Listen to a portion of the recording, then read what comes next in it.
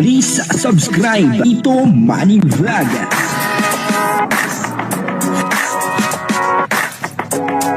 Payagan po si Tito Manny Vlog na mag-reactor para pambiling gamot sa kanya pong karamdaman. May pakiusap po itong si Krista, kay Kalingap Mikoy. Ito yung simpleng pakiusap lang ni Krista. Pagbibigyan po kaya siya ni Kalingap Mikoy doon sa kanyang simpleng pakiusap. Papanoorin po natin yung video at talagang sa video ito ay makikita po natin na napaka-sweet ni Kalingap Mikoy at ni Krista.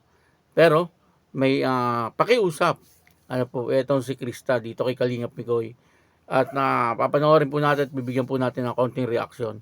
Pero bago po yan, ako muna po bumabati sa inyong lahat ng magandang umaga, magandang tanghali at magandang gabi sa inyong lahat mga kapatid. Saan man kayo ng panig ng mundo naroon ngayon, ay mag-iingat kayo palagi at pagpalain kayo ng ating Panginoon. Maraming salamat din po sa patuloy na tumatangkilik sa aking YouTube channel at nanonood sa aking video reaction. Patuloy lang po natin suportahan sila Kuya Bal Santos Matubang, Kalingap Rab, Ate Edna Vlog, Jack Tapia, at yung mga kasamahan ko pong reactor sa Kalingap. Ganun din po yung mga charity vlogger na Kalingap partner. Ito po yung video na kung saan ay may simpleng pakiusap itong si Krista kay Kalingap Mikoy. Kabuuan po ng video ito ay mapanood po natin sa YouTube channel ni Kalingap Rab. Ayun importante po natin Kalingap Rab. Ito po yung video, panoorin po natin. Grabe, sasaya nila, no? Parang ako, ang saya-saya ko din. Bakit na naman? Wala. Nakarating ako dito, kasama kita. Dati hanggang farmland tayo, pero ngayon, nakakaabot na tayo dito. Di ba? At syempre, di ko naman na-expect yun na mararanasan ko. Syempre, kundi din dahil kila Kuya, kila Ate Tama. Ligaya, Tama. viewers mo. Thank you din kay. Thank you kay Kalingap Rab kasi pina-experience niya sa atin yung ganito. And sa'yo. Talaga? So, yung nararamdaman mo ngayon, sobrang saya? Sobra. Sobra pa sa sobra. Sige, kung sobrang saya yan, gayahin mo nga yung sigaw nila ngayon. Oo, kagong. Ayun na, dali. Luko.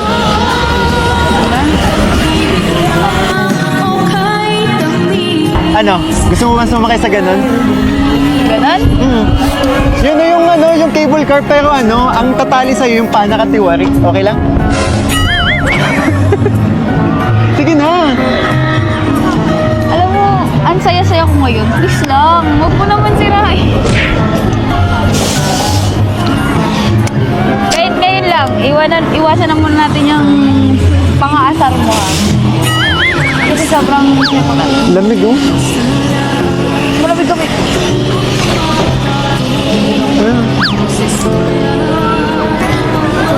Grabe lamig. Ikaw ba? Alam mo, maghanap lang tayo ng iba. Kasi yung sinasabi mo na yan, napatiwarik nung nalalaman, iba na lang, tara na. Saan? Feeling mas maganda dun eh. Saan ba? Hindi, dito. Doon. Dito na lang. Ano pa nga ba? Wala. Kung masusunod, ikaw boss eh. Dito na lang. Diba? Susunod ka rin sa'yo. Sila kuya! Tara. Hawak ka lang. Hawak ka lang dito ha. Dito sa damit ko. Baka mawala ka. Huwag ka nga. Yan po, dito ay may simpleng pakiusap si Krista. Yung pakiusap niya ay sana daw, ay wag daw pong dalhin ni Kalingap Mikoy yung kanyang kakulitan sa Tagaytay. Yan po ang pakiusap ni Krista. Pero, yun po kasi ang isa sa nagpapaganda sa Mikris, yung kulitan nilang dalawa. At bagay na bagay naman sila magkulitan. Bagamat nakikita po natin na sila ay sweet na sweet. Pero maganda pa rin tingnan kahit silang dalawa ay nagkukulitan. At talaga namang masayang masaya etong si Krista at si Kalingap Mikoy doon po sa Tagaytay.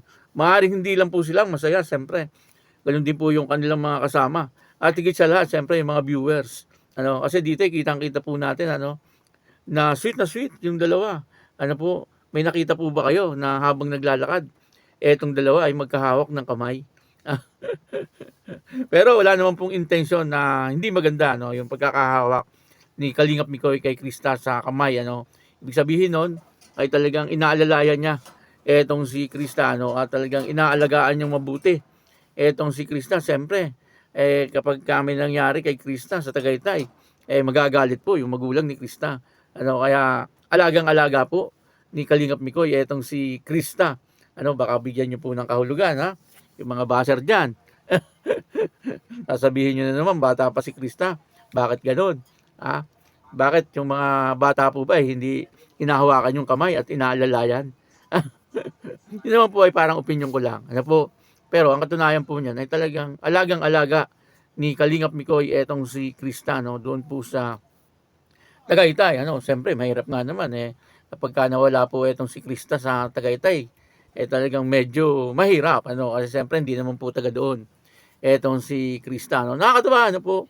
Silang dalawa ay habang nag-uusap, talagang makikita po natin yung pagmamahal sa bawat isa. Pero hindi po natin matukoy kung ano pong klaseng pagmamahal meron sila. Pwedeng pagmamahal bilang magkaibigan, o kaya naman ay pagmamahal na ginagalang ni Krista etong si Kalingap Mikoy, bilang kuya. Pwedeng mga ganon, o kaya naman ay pagmamahal na yung talagang pag-ibig, Kaya lang, siyempre, ay sa ngayon ay hindi pa napapanahon. Kumbaga, ay hanggat makakapagpigil, ay magpigil muna kasi bata pa nga po etong si Krista. Pwedeng mga ganun, yan naman po ay parang wari-wari lang natin. Kumbaga, ay haka-haka lang. Kaya dito ay makikita po natin na talagang bagay na bagay po. Yung dalawa, at nagpasalamat nga rin po etong si Krista kay Kalingap Mikoy. At medyo kinilig si Kalingap Mikoy dito. Akala niya ay hindi na po siya pasasalamatan ni Krista. Kasi pinasalamatan na po lahat ni Krista, Si Kalingap Rab, si Kuya Bal, si Maria Ligaya Vlog, si Kalingap Tata. Halos lahat nabanggit na po ni Krista, pero nung bandang huli, binanggit din po ni Krista, na maraming salamat din daw po kay Kalingap Mikoy, Kaya nakakatuwa, na talagang pag itong dalawa ay magkasama, ay talagang yung mga viewers, doon po sa mga nagko-comment, ay sinasabi po nila na talagang puro kaligayahan lang, wala pong mga malulungkot na nangyayari. Ika nga, ay talagang pampagood vibes, etong Mikris, yung mga senior citizen, nagsasabi po na talagang kapag napapanood daw po nila etong Mikris, ay talagang tuwan-tuwa daw po sila. Kaya inaabangan daw po nila talaga itong Mikris, Sana ay tuloy lang po, itong Mikris, at yung mga ganitong tagpo, ay sana ay tuloy-tuloy lang. Huwag na lang po natin intindihin yung mga baser. Wala naman pong may tutulong yung mga yan hindi naman po yan makakatulong sa pag-asenso ng buhay ni Krista. Kaya baliwalain na lang po natin kung ano man yung mga sinasabi ng mga baser. At ang susunod po sa Tagaytay ay Hong Kong na. Yun po nga abangan natin. Yung pagpunta nila sa Hong Kong. Abang-abang din po yun. Kaya yun, patuloy lang po tayo sa pagsuporta sa Mikris. Hindi lang po Mikris, lahat po ng love team ng Kalingap at mga beneficiary na ibinablog ng Kalingap ay panoorin po natin. Hanggat maaari, wag po natin skip yung ads upang sa ganun ay makatulong po tayo. Sa pamamagitan po ng panonood na hindi pag-skip ng ads ay malaking tulong po yun.